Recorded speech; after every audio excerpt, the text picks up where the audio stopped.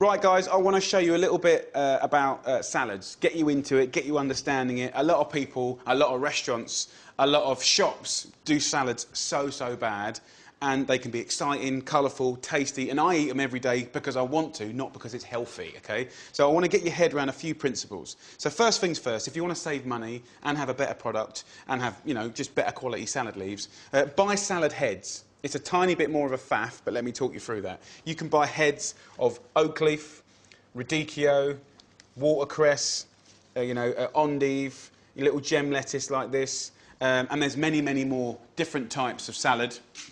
What you do is you just take the outer leaves off, take the core out, wash them in clean water, and maybe wash them in different batches of clean water until it's all nice and clean, and then just drain it in a colander.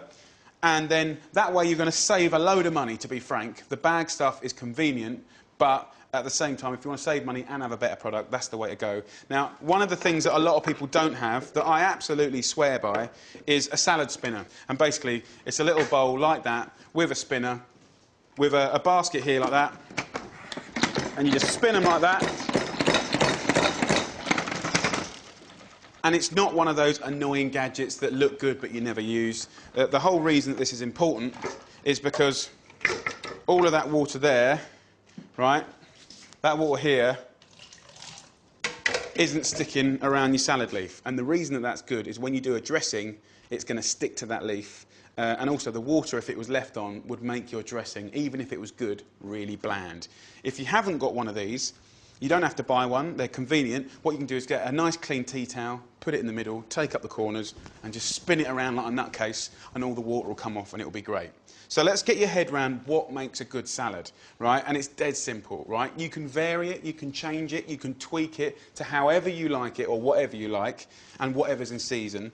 But let's just start off with a basic everyday salad here. I'm using a round lettuce. It's one of the cheapest lettuces in the world, right? A little bit of radicchio. Slightly bitter, but it's nice in contrast and it's good colour.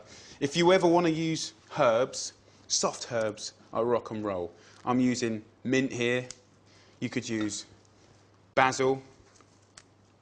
You could use parsley. And there's many other soft herbs you could use. Dill, fennel, tarragon, stuff like that. That's going to give it a little bit of fragrance, a little bit of a kick. Vegetables, right? Of course there's things like tomato and stuff like that. But you don't exactly have to just chunk it up or slice it up like you get it everywhere else. A really cheap speed peeler like this means that you can get something as lovely as a cucumber and just slice it, and you can just make it look different and interesting and exciting. And it looks like something that a chef would do, even if you're a rubbish cook. So just by doing that, I mean, I don't know any chefs, even the Japanese boys, that can knock that out every single time. Look at the thinness of that, right? You can do that, and it's cheap.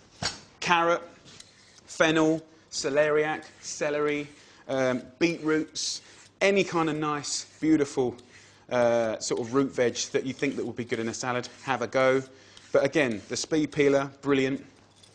And, you know, things like watercress here, you know, they're nice and peppery. And some endive, or you could use the radicchio, you know, they're more sort of mustardy and bitter. And maybe just on its own you wouldn't like it, but sort of lost amongst a mixed salad, you know, it's going to give it all sorts of different flavours and it will really work. And then also texture, right? Crunch, okay? And that can come in different forms. Here I've got some pine nuts, I've got some different roasted seeds there, like sunflower seeds and bits and pieces like that. Stale bread, or croutons, as you want to call it. Even, you know, taking an Indian poppadom and just like smashing it up. It's all good. It's all good stuff. And also dairy, you know, cheese. You know, feta cheese, mozzarella cheese, any blue cheese, parmesan, you name it. Just about any cheese actually can work. You can crumble it, slice it, grate it. But you don't have to do... Basically what I'm saying to you is a salad does not and should not be boring. Get different types of leaves, possibly a herb, possibly a vegetable, possibly something crunchy like a seed or a crouton or something, some dairy. And if you do any one or two of those elements, it's going to be rock and roll. It's going to be delicious. But if I just ate that now, boring. And some of the good news is that actually, if you eat your salad in the presence of oil and acid, your body can digest more of the goodness from this. So actually, like, it's almost like we were supposed to have a salad dressing, do you know what I mean? So I want to give you my basic version of a salad dressing. Basically, I do 3 to 1. So what I mean by that is I use a good olive oil. I'm going to put in 3 parts olive oil. So say that olive oil is 3 parts. And then I'm going to use let's say a vinegar here.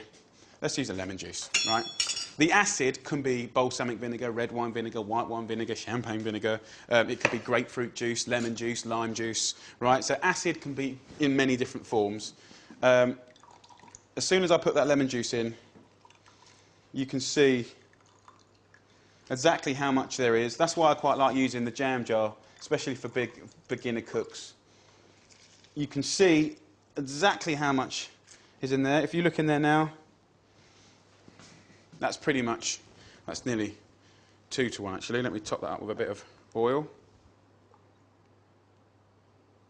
You can see the oil and the vinegar separating. That's 3 to 1. So you're on a good way to a dressing.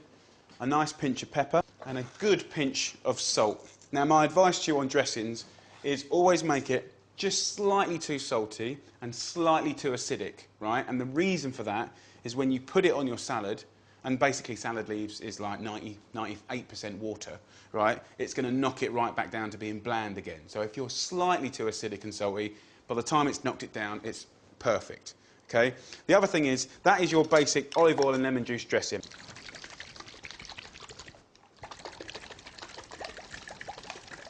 And once you've shaked it, actually be bothered to taste it.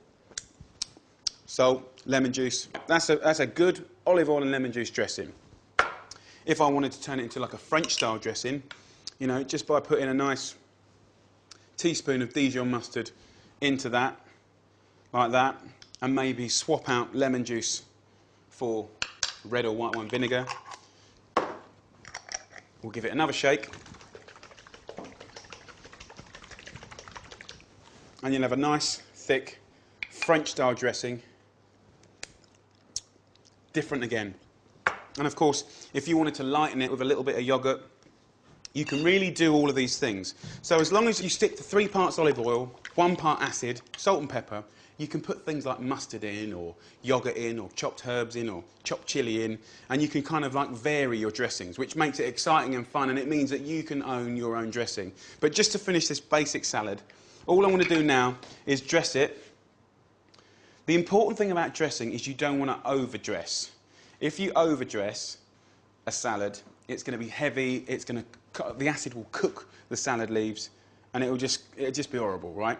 And also, you don't want too much of this, right? So just a little bit of dressing in, use your fairy fingers, right? As you're tossing it, just twinkle your fingers, and the reason for that isn't to sort of be silly, it's to literally just beautifully coat every single little piece that's in that salad. Take yourself a nice bit of that salad. And honestly, I mean, that is a really humble salad. So good luck, and remember, salads aren't for Nancy's, salads are cool. Good luck.